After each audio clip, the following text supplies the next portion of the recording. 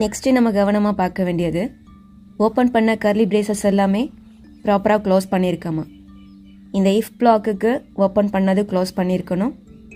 அதே மாதிரி உள்ளே இருக்கக்கூடிய இன்னர் லூப்புக்கு க்ளோஸ் பண்ணியிருக்கணும். அடுத்தது அவுட்டர் லூப்பு.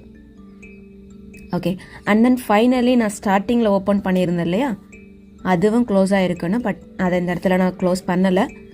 நம்ம இந்த மெயின் கண்டென்ட்டை மட்டும் நம்ம பார்க்கலாம். ரைட், இப்போ இந்த ப்ரோக்ராம் எப்படி எக்ஸிக்யூட் ஆகும் அப்படின்னா, ஃபஸ்ட்டு அரே டிக்ளேர் ஆகும், செகண்டு டார்கெட் வேல்யூ இனிஷியலைஸ் ஆகும்.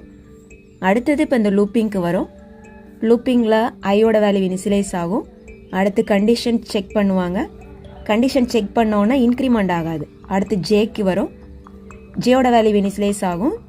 ஜே வந்துட்டு கண்டிஷன் செக் பண்ணுவாங்க. அதுக்கப்புறம் இஃப் பிளாக்குக்கு வரும். அங்கே கொடுத்துருக்கக்கூடிய கண்டிஷன் ட்ரூவாக இருக்கும்போது இப்போ இங்கே கொடுத்துருக்கக்கூடிய இந்த செட் ஆஃப் கோடு நமக்கு என்ன ஆகும்னா எக்ஸிக்யூட் ஆகும்.